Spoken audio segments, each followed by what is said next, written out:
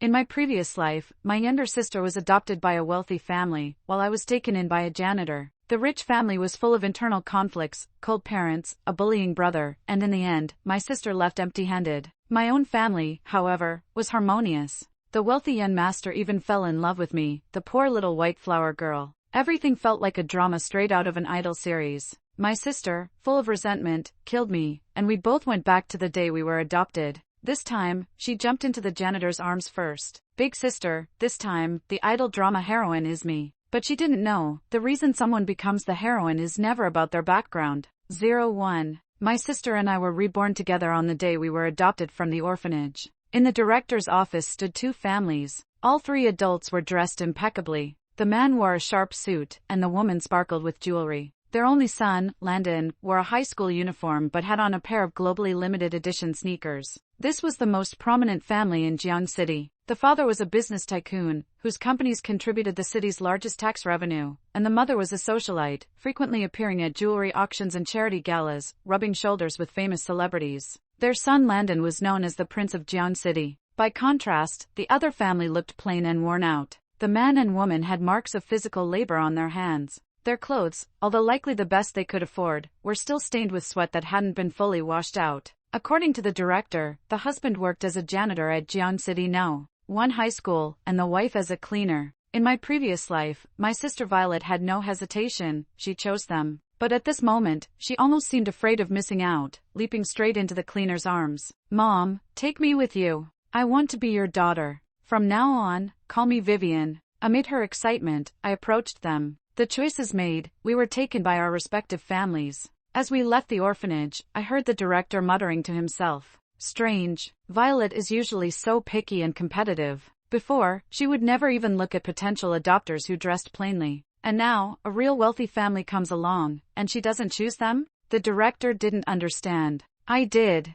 02. In the last life, my sister had worked so hard to get adopted first, becoming Violet. She thought she was about to live a life like a little princess. And on top of that, Landon, the Prince of Jiang City, would become her brother. After all, in romance novels, the combination of a wealthy young master and an adopted daughter is the most common trope. Living under the same roof often leads to feelings developing over time. But Violet never expected that Landon would have no trace of brotherly kindness. On the contrary, he despised her completely. I hate opportunistic people the most. Don't think I can't see through you. You're just after our family's money, aren't you? At home, Landon bullied Violet. At school, he and his clique tormented her further. Even if their parents knew, they would at most scold her lightly, without much concern. They had no real affection for Violet. The only reason they adopted her was that a fortune teller told the father that taking in a daughter would boost his luck for the next decade. Naturally, between the adopted daughter and their biological son, the parents favored their own child. While Landon bullied Violet, he treated me very well.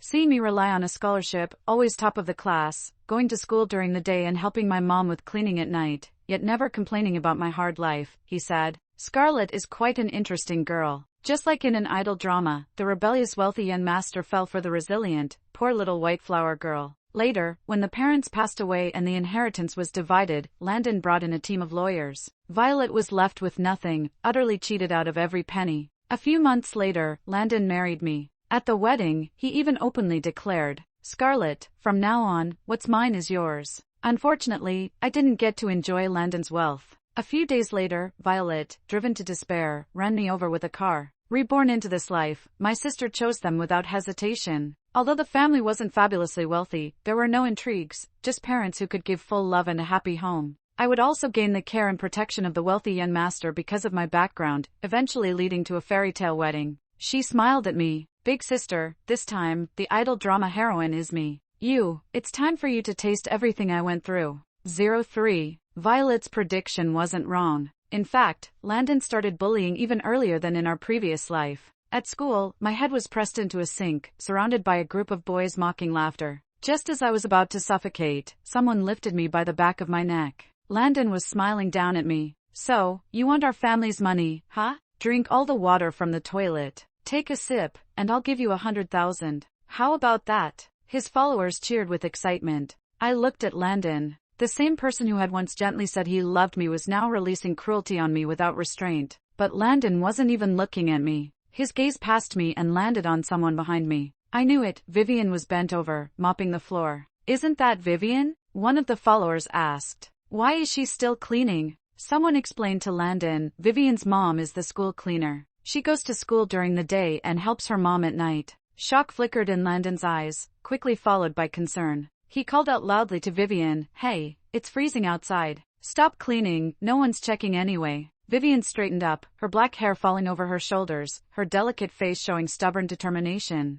She shook her head, I can't. If someone checks and finds the floor dirty, Mom will lose 100 yuan from her wages. I know 100 yuan is nothing to a young master like you, but for my family, it's a week's food. With that, Vivian bent back down to continue cleaning. In truth, her intentions were obvious. Out of all the floors, she deliberately chose to mop in front of Landon. She let her hair down and positioned herself carefully to look her best. Unfortunately for her, Landon was exactly the type to fall for this. Sure enough, Landon stepped forward, lifted Vivian, snatched the mop from her, and handed it to his followers. You guys, finish the rest of the floor. Noticing her hands were red from the cold, he thought for a moment and draped his jacket over her shoulders. It's late. How are you going home? By bike. In this cold? You're biking? Landon was shocked, then resolute. Wait downstairs. I'll have our driver take you. Vivian left, protected by Landon. Before walking away, she glanced back, giving me a mocking smile. A moment later, everyone had dispersed, and I was left alone by the sink. Struggling to stand, I wiped the water from my hair with my sleeve.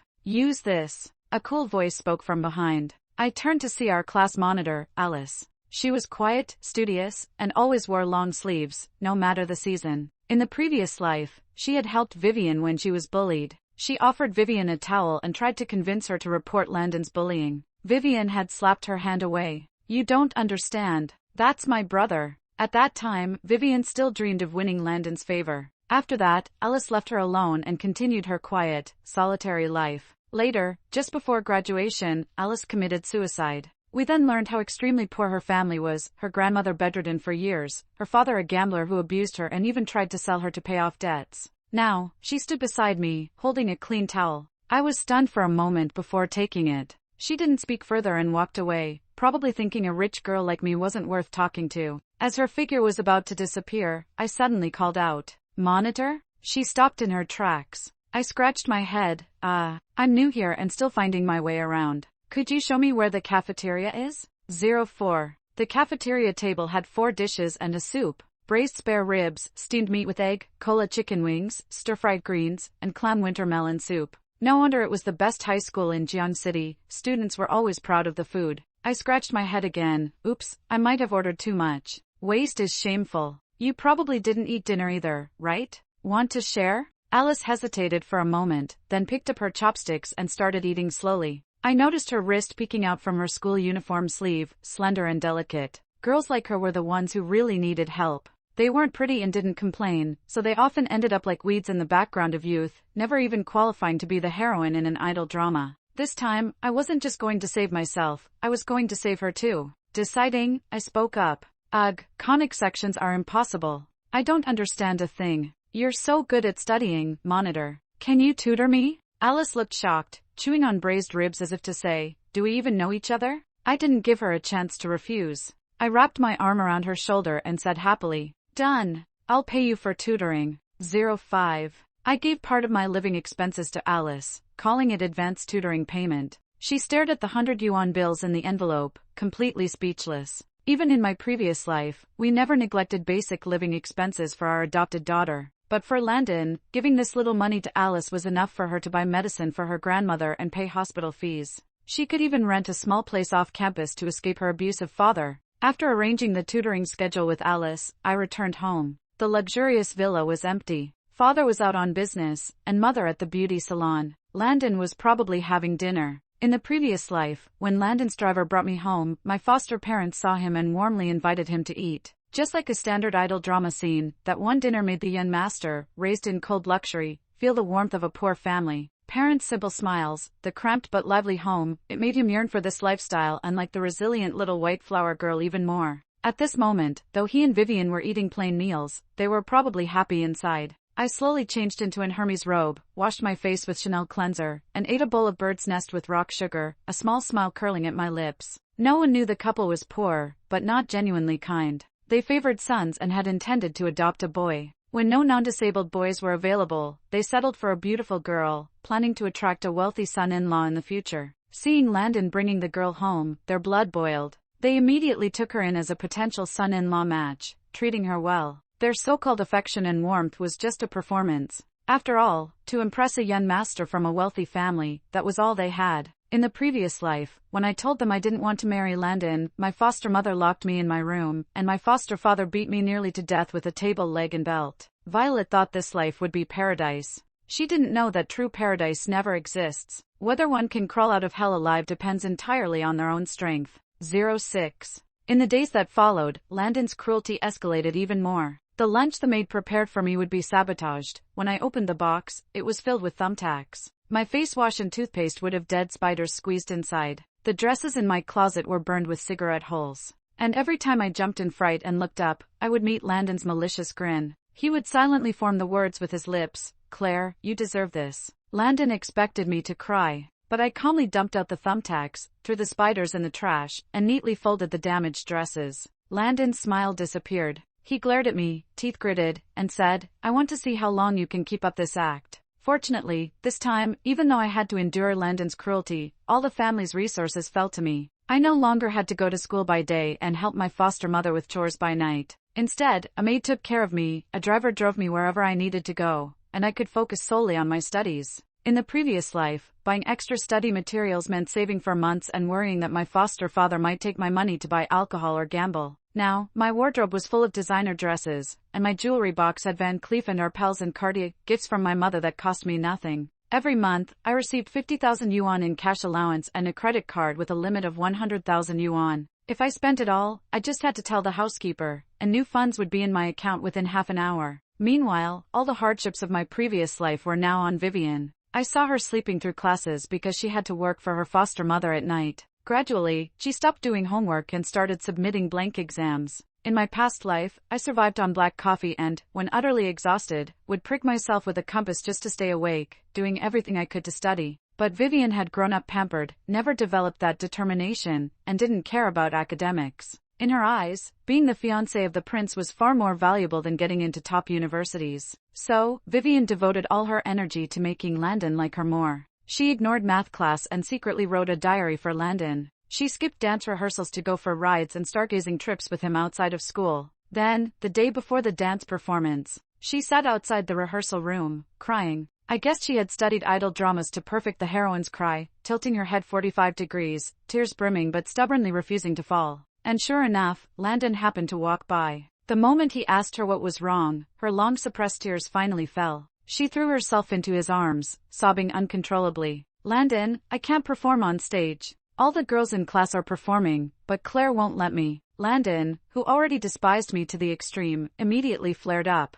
Why? Vivian bit her lip, trying to stop herself from crying, but couldn't help the sniffles. She said my mom's just a cleaner, my dad's a security guard. I can't even afford a costume, I'm not allowed on stage. Landon's expression darkened. Looking at Vivian, gasping through her tears, he said softly, "It's just a costume. I'll buy it for you." Vivian shook her head, her pure little white flower spirit shining. "No, it costs 800 yuan. I can't accept such an expensive gift from you." Landon was both angry and heartbroken. How dare Claire do this? He blurted out. Vivian, still in tears, shook her head. "She's your sister, a rich girl. Your family donated several school buildings. Your father is an honorary board member. Even if the teachers knew she bullied me, what could they do?" Vivian didn't notice that a reporter, visiting the school for an interview, happened to pass by behind her. Leaning in, the reporter, like a shark sensing blood, asked sharply, "Bullying? What bullying?" 07. The situation suddenly blew up. The school's largest meeting room was crowded with people. The principal, vice principal, dean of discipline, and homeroom teacher. Reporters from several news outlets. Both sets of parents were there, standing in a corner, protecting Vivian, whose face was streaked with tears, their own expressions a mix of anger and grievance. Father and mother hadn't wanted to come when they first heard I was involved. It wasn't until they realized even the newly appointed education bureau chief had arrived that they hurried over. Jiang City No. 1 high school was the best school in the city, and the education bureau treated incidents here as examples. Father clearly knew the bureau chief and smoothly approached him upon arrival. "This is just a small matter, and even Director Lee is alarmed?" It's really just kids having a disagreement. The bureau chief, however, was firm and didn't buy it. Bullying is never a small matter. I know Claire is your daughter, but every child here is a student, a sapling. I can't watch them grow crooked. At this point, father had no choice but to smile. Yes. We don't know exactly what happened. Please investigate thoroughly. He returned to mother, and they exchanged a silent look. I understood immediately. If I were officially accused of bullying, they would abandon me, their detached adopted daughter, and completely cut ties. If my foster parents were already like this, Landon. He stood beside the sobbing Vivian, gently comforting her, occasionally lifting his dark eyes to glance at me coldly. The principal, seeing everyone present, spoke to Vivian. Tell us what happened. Vivian lifted her tear-stained eyes and quietly repeated what she had told Landon. The reporters were already outraged. One spoke first. Based on our preliminary investigation, Claire and Vivian were once friends at the same orphanage, even calling each other sisters. Later, Claire was adopted by a wealthy family, while Vivian's foster parents were ordinary school staff. Claire, just because you entered a rich family, does that give you the right to bully a former friend and take away opportunities that originally belonged to her? A heavy silence fell. The reporters' eyes all fixed on me, red recording lights blinking. Everyone wanted to uncover the explosive story. After all, this was a very sensitive social issue. In a society where class divisions were increasingly fixed, if the child of a wealthy family continued taking educational opportunities from less privileged children, it would spark massive public outrage. And the main characters of this story, Vivian and I, were a perfect dramatic contrast. In the dead silent office, I suddenly let out a quiet snort of laughter, abrupt and unexpected. The reporters exchanged confused glances. Excuse me, reporters, I said, my tone calm. I read in journalism books that all sources must be cross-checked and verified. Since when is it acceptable to skip verification just to publish a sensational story? The reporters' faces flushed red. I stood and pointed coldly at Vivian. She's the only source. Everything you hear is one-sided. I looked at Vivian, her face pale from crying. I had once considered you my sister. But in the previous life, you killed me out of jealousy. This life, you schemed against me to climb higher. If I destroy you, it's on you.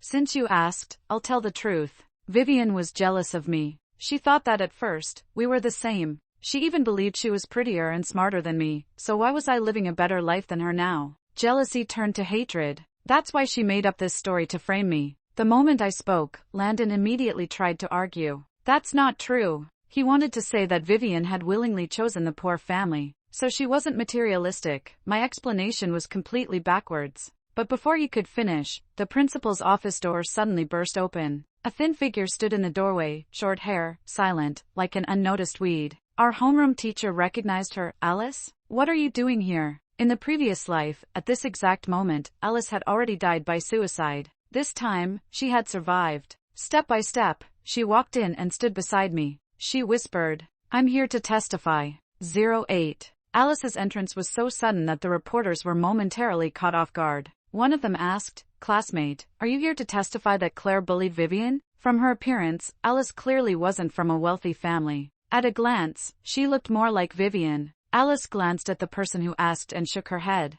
I'm here to testify for Claire, she said. I stared at Alice in surprise. Honestly, I had prepared extensively for today's confrontation, but Alice wasn't someone I had expected to have as a witness. After all, we weren't very close. The last time I gave her money, she checked the current tutoring rates and calculated the cost for 1 hour per day. Then she returned the extra money to me. She gave me 1 hour of math tutoring daily, then packed her bag and left on time, like a perfectly programmed robot. In the previous life, Alice had jumped to her death right before exams. All her hope had been pinned on getting into a good university to earn money to treat her grandmother. But a month before the exams, her father lost money gambling, drank cheap liquor, and brutally beat Alice. Her right hand, the hand she used to write, was broken. No one knew exactly what else he did that day, or what Alice endured. By the time people found her, the always silent girl had jumped off the rooftop. This life, even though Alice and I weren't friends, I still wanted to save her. So I spent money hiring 2 thugs to send her father to the hospital. At least, he couldn't abuse her until after the exams. To carefully arrange this, I skipped an evening study session for the first time ever. When I returned, Alice, who was recording attendance, caught me red-handed. Why did you skip study hall? She asked. I scratched my head, struggling for an excuse. I looked perfectly healthy, couldn't exactly say, I skipped class to beat up your dad. At that moment, a teacher from the front office called Alice out. Alice, there's a call for you. It was the news about her father. 5 minutes later, Alice returned, her face calm as ever. She picked up the attendance sheet, then put it down. "This one won't be marked," she said calmly. "Don't skip next time." I breathed a sigh of relief and hurried back to my seat. Now, hearing Alice calmly say, "I'm here to testify for Claire," I realized she might already know the truth. Facing the eyes of everyone in the room, Alice took out a stack of forms and laid them on the table. Vivian's face went pale immediately. According to school regulations, dance rehearsal sessions required a form to be filled out, the time, the people using the classroom, everything. But the forms were rarely checked and filling them out was tedious, so most students eventually stopped doing it and just notified the dance teacher. No one expected Alice to meticulously fill out every form and keep them all. Under everyone's watchful eyes, it was clear, over 30 forms in total, and Vivian's name appeared only twice under students using the classroom. In other words, she only attended 2 rehearsals out of more than 30. Alice waited until everyone had clearly seen the forms, then spoke slowly. Vivian said Claire wouldn't let her perform because she couldn't afford a costume. But when I told Claire I couldn't buy a costume and didn't want to participate, she told me to keep practicing. The next day, I found out she had bought costumes for everyone else. Vivian also claimed Claire bullied her because her father was a janitor and her mother a cleaner. But my dad didn't even have a proper job, and our family survived on my grandmother's welfare. Alice looked at me. "If you were going to bully poor people, why didn't you bully me?" Her self-revealing statement stunned everyone in the room. Amid the silence, I sighed and played a video on my phone. In the video, everyone could see Vivian missing cues and failing to keep up. Among all the students, it was obvious she was the worst. Of course, in previous rehearsals, she had gone off stargazing with Landon instead. Vivian hadn't really wanted to perform anyway. She only twisted the story in front of Landon to make herself look pitiful, hoping you would like her more and dislike me more. She hadn't expected it to blow up like this, especially with such strong evidence on my side.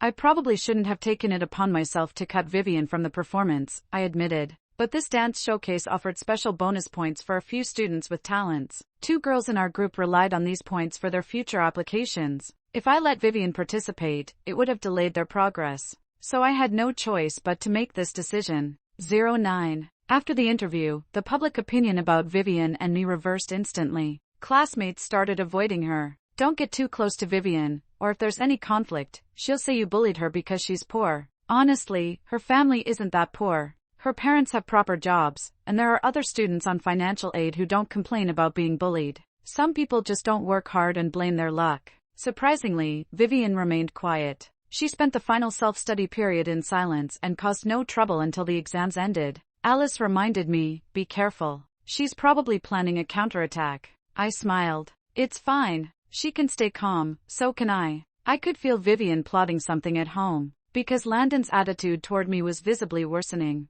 Previously, he would at least avoid my foster parents when bullying me. Now, at family meals, he slammed a bowl of hot chicken soup onto the table, splashing the burning liquid onto my face. The nanny gasped and quickly brought me an ice pack and burn ointment. Mother kept her head down, pretending not to see. Father looked up slightly and said, "Be careful, don't make it seem like our child is rude." Both my foster parents ignored me. To them, I was just a detached adopted daughter, brought home because a fortune teller said it would bring luck. In the previous life, Vivian had tried to get my foster parents to care for her. But it was useless. When they were busy, they would even leave their biological son to the nanny. How could they ever bond with an adopted daughter? In a wealthy family, feelings don't matter, only benefits do. So I put down the ice pack and calmly said, "Dad, Mom, I have something to tell you. I got first place on the exam." The moment I spoke, Father and Mother both shot upright. Even Landon's eyes widened. 10. I picked up a piece of stir-fried kale and ate it slowly, then looked up at the 3 people at the table, who were staring at me in shock, and spoke calmly. "Dad, Mom, you always said that studying is our own responsibility, so I didn't think I needed to report my results.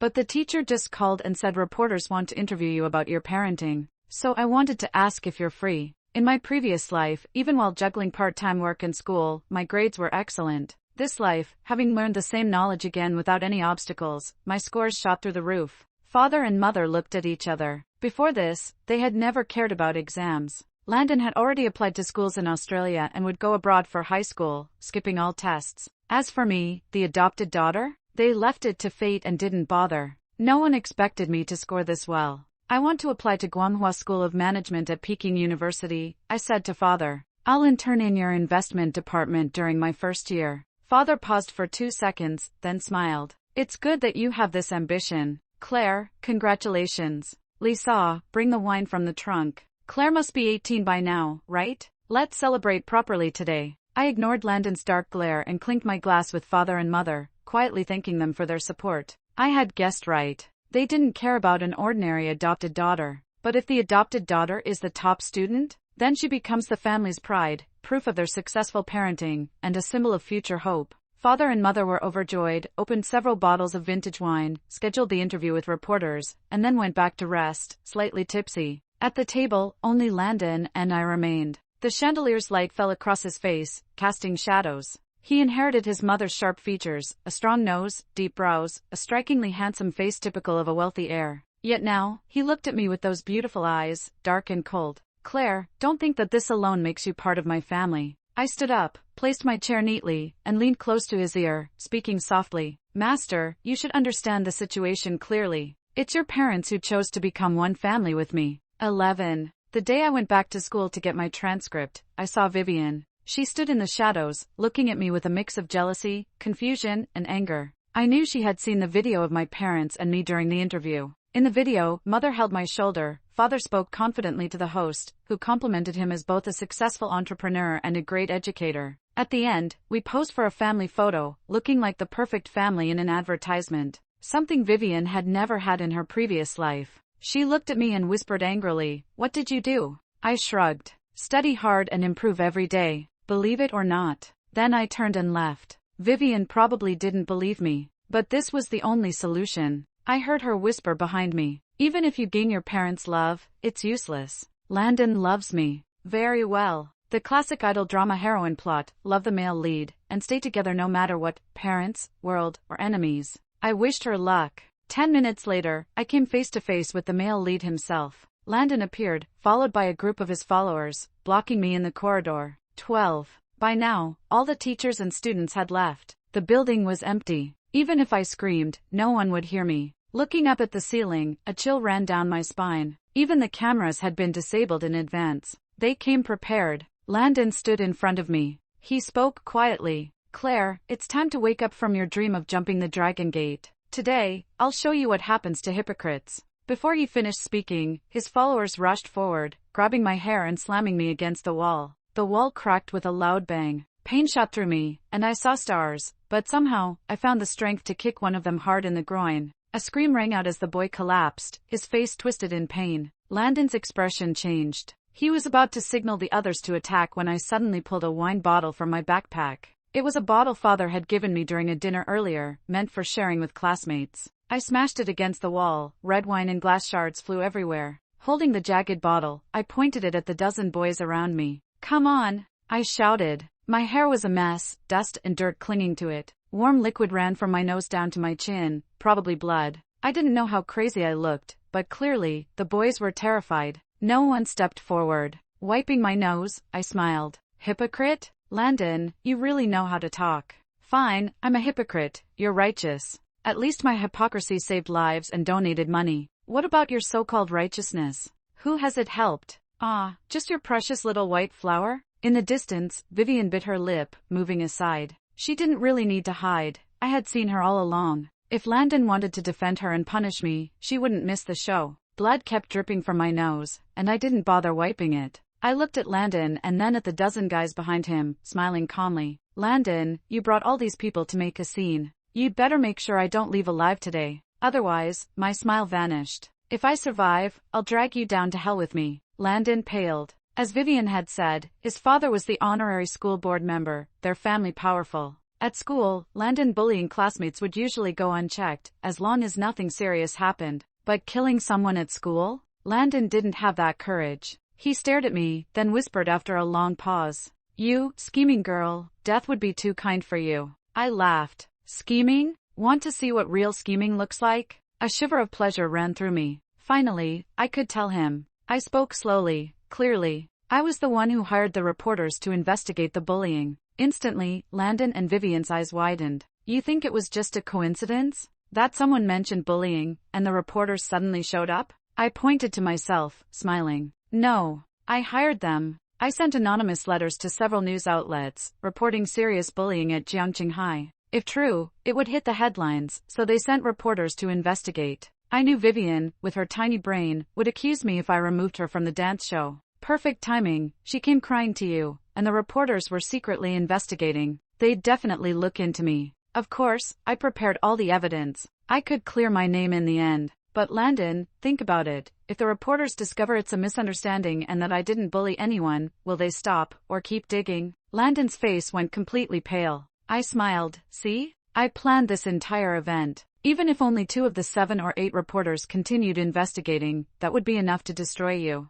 And you heard the Education Bureau director, he hates bullying. If your bullying was exposed, even your father couldn't protect you. See, Landon? This is real scheming. I smiled, while Landon's face grew uglier and the boys around him began to panic. What do we do, Landon? Are the reporters still in the school? If they find us here, we're done. If there's a record, it'll last a lifetime. These boys mostly came from ordinary families. They dared to follow Landon only because they thought he had powerful backing. But that day, the reporter's presence in the meeting room intimidated everyone. Even though I was nominally their adoptive daughter, they almost ruined their own reputations. I ran the whole scheme. The fake victim, me, was exposed, and the real bully, Landon, was scared straight. So, dear brother, I said, leaning close to Landon with a sweet smile, you'd better love me, support me, and protect me in the company. Otherwise, I'll drag the whole family down with me. My smile vanished. I tapped Landon's neck with the broken bottle and walked away. No one stopped me.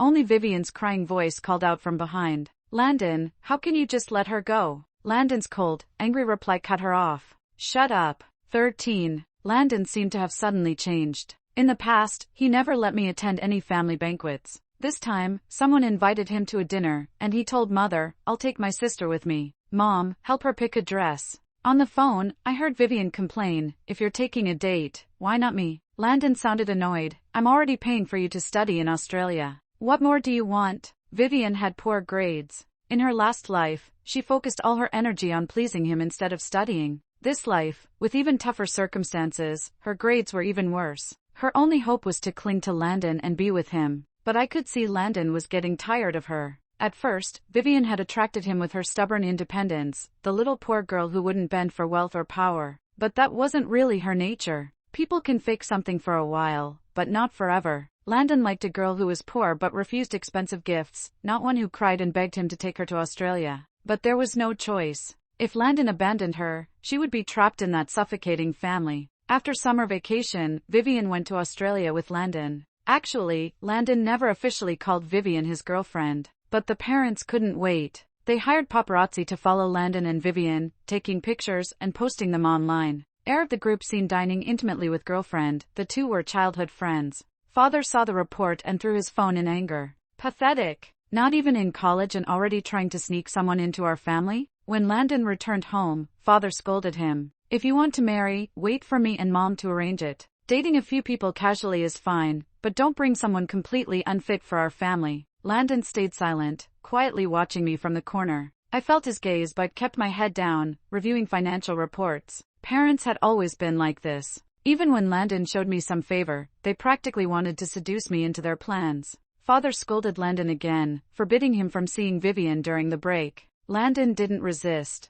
He stayed home, occasionally showing me small favors, even buying expensive diamond earrings for my birthday. When I stayed out late with friends, he waited outside in his car to drive me home. Alice sat beside me with a non-alcoholic mojito, watching Landon smoke outside. She opened her mouth to speak, but I stopped her. I know what you're going to say. Don't worry, I've got it under control. After saying goodbye to my friends, I sat in the passenger seat. Landon handed me a bag. I looked inside, a hangover cure and small cakes from my favorite bakery. I smiled. Landon, you didn't have to. He pressed the accelerator in silence, not saying a word. The ride home was quiet. At home, I threw the hangover cure and cakes into the trash. Landon watched silently, saying nothing. I went to my room, ignoring him. Alice, studying computer science at Tsinghua, had recently developed a program to improve corporate management efficiency. It was a perfect opportunity to start a business. I had been interning in the group's strategic investment department for nearly 3 years and had some influence.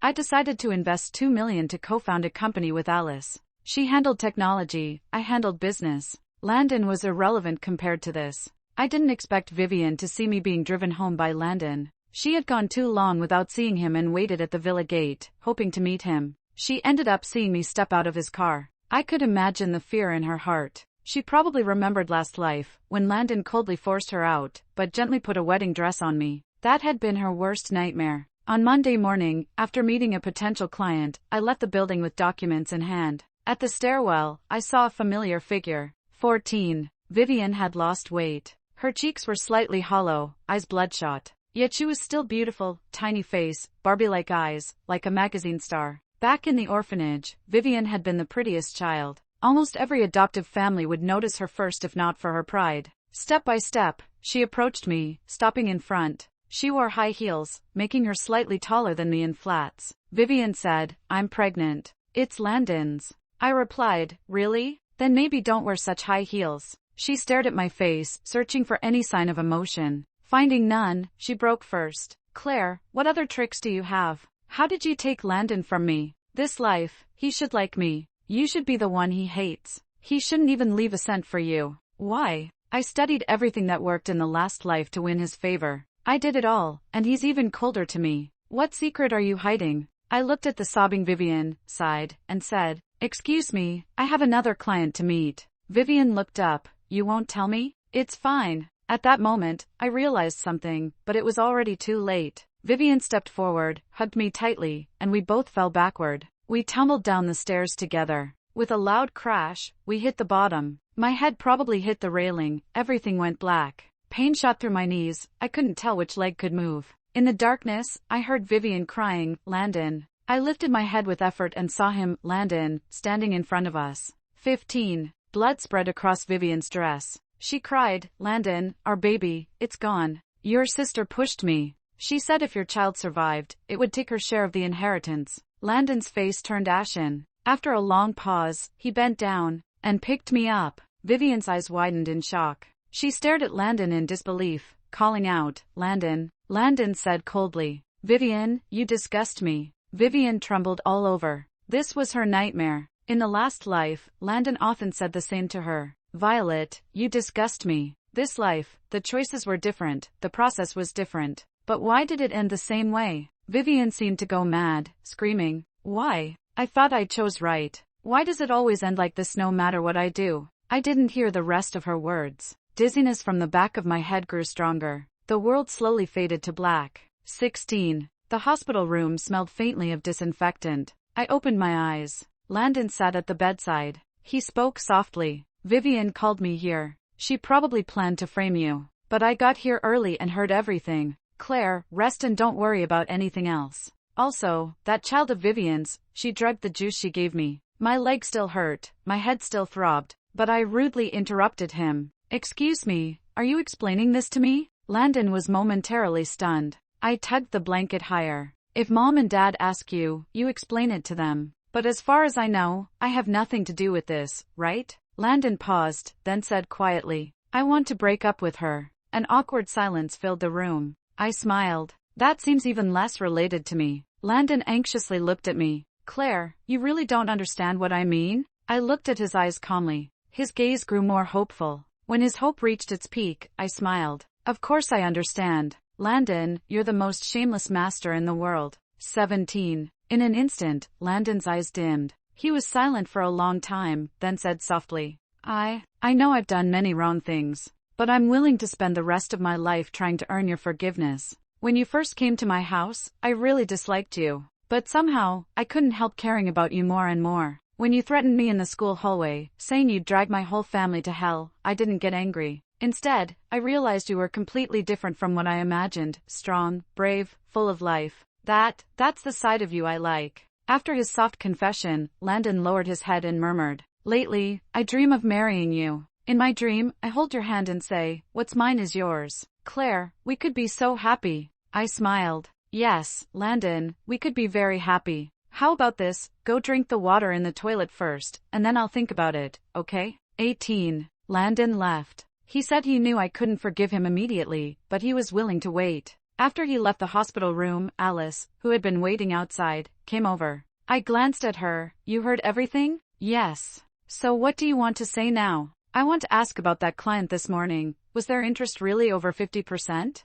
When can we finalize the contract?" "You heartless thing." Shouldn't you have at least asked when I'd be discharged first? I already asked the doctor at the door. He said the day after tomorrow. I've adjusted the work schedule accordingly. The next roadshow is tentatively the day after. Not even letting me rest a little longer? No. I know what's most important for you. As expected from my partner. I was pleased. With such an excellent business partner, why would I worry about wealth or success? 19. After the roadshow, I spent a day visiting Vivian in the hospital. She had lost the baby and lay in bed, exhausted, her face painfully thin. Landon had already broken up with her. Her parents hadn't visited even once. The only visitors she had weren't expected. The orphanage director and several friends from the orphanage. Claire paid for our travel expenses and has been donating to us for years. Thanks to her, Xiaoduo and Lily's health has improved a lot, said the director. Vivian froze. Most children in the orphanage rarely find adoptive families. Some were abandoned due to disabilities, some due to illnesses, some due to intellectual challenges. Compared to them, Vivian and I were lucky, healthy and beautiful. The director once told us, we were one big family, all the children brothers and sisters. But Violet, after leaving the orphanage, never thought about her siblings. I, however, had volunteered there in my last life, and in this life, after joining his family, I donated large sums to help children with disabilities. Watching the children stammer sister Claire brought tears to Vivian. She cried for a long time. By the time the director and children left to say goodbye, I quietly stayed by her side, waiting for her to finish. Finally, Vivian covered her face with her hands and whispered, "Do you hate me?" Before I could answer, she added, "I hate you too. I just wanted a better life. What's my fault?" I thought for a moment. No fault. You just used the wrong method. Violet looked at me. You mean I'm not as kind as you, not as pure, not as loving? I shook my head. No. Violet, your biggest mistake, last life and this life, was trying to eat someone else's cake. But why should someone else's cake be given to you? And even if it were, how would you know it isn't poisoned? The right way is to make your own cake.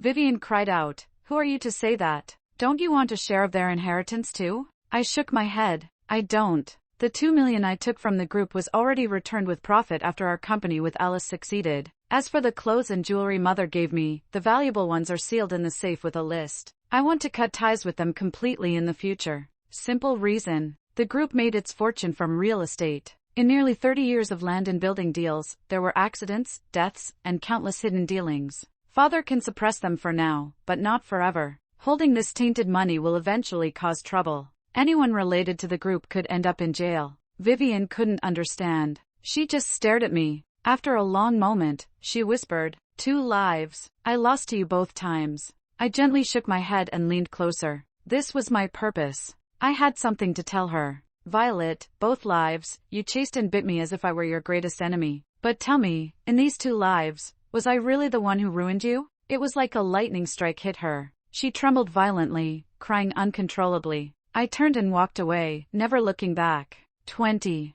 Time flew by. On the day our company, founded by Alice and me, went public, I saw the news. At the group's building entrance, Vivian had stabbed Landon with a knife. Alice was by my side and saw the news too. The report said Vivian had been caught by the police, and Landon was being treated, his life hanging by a thread. Alice glanced at the screen, then looked away. I teased her, aren't you going to ask if I'm worried about Landon? She said flatly, you're not worried. Besides, he loved you later, didn't he? Alice's expression didn't change. Claire, in this life, I'd rather you take money from a loan shark than accept love from a terrible person. Also, check the media release draft again. I think you have 6 awkward breaks. Got it. Class monitor. The world's largest industry summit was about to start. Under the lights, the host began reading the exciting opening lines. Alice and I, as the youngest and most notable successful female entrepreneurs, were about to step onto that stage. Countless camera flashes would light up for us. Countless lenses would focus on us. Alice wore a crisp white suit, cool and professional, standing tall and elegant. The quiet little weed from our youth had finally grown into a strong pine in the snowstorm. I wore a black silk gown, graceful and calm, with hidden pearls glimmering subtly. After surviving the long dark night, the stars finally shone. Alice, are you nervous? Forget it. AI doesn't get nervous, so that was a pointless question. Silence. After a while, Alice took my hand, sending warmth through her palm. Claire, don't be nervous. The curtain rose. Our names lit up on the massive LED screen. Alice and I walked hand in hand onto the stage, greeted by roaring applause. Epilogue. Later, the company Alice and I founded kept growing bigger. Landon didn't die. He was seriously injured but survived after surgery. That was good. Someone had to live to pay for the family's past wrongs. Vivian went to prison. She wrote me letters from there, saying that if she ever got a chance to get out, she wanted to return to the orphanage to volunteer and care for the children. She said she wanted to spend the rest of her life making amends to me. At the end of her letters, she called me sister. I felt a mix of emotions as I put her letters away. Many children from the orphanage gathered around me. Claire, what are you looking at? I shook my head, nothing. That day, Alice and I went to the orphanage to meet the director. We planned to set up a charitable fund in the company's name to help children who hadn't been adopted and to provide follow-up support for adopted children facing difficulties. The sun was bright, the weather clear. Finally, we stepped into the future we had been waiting for.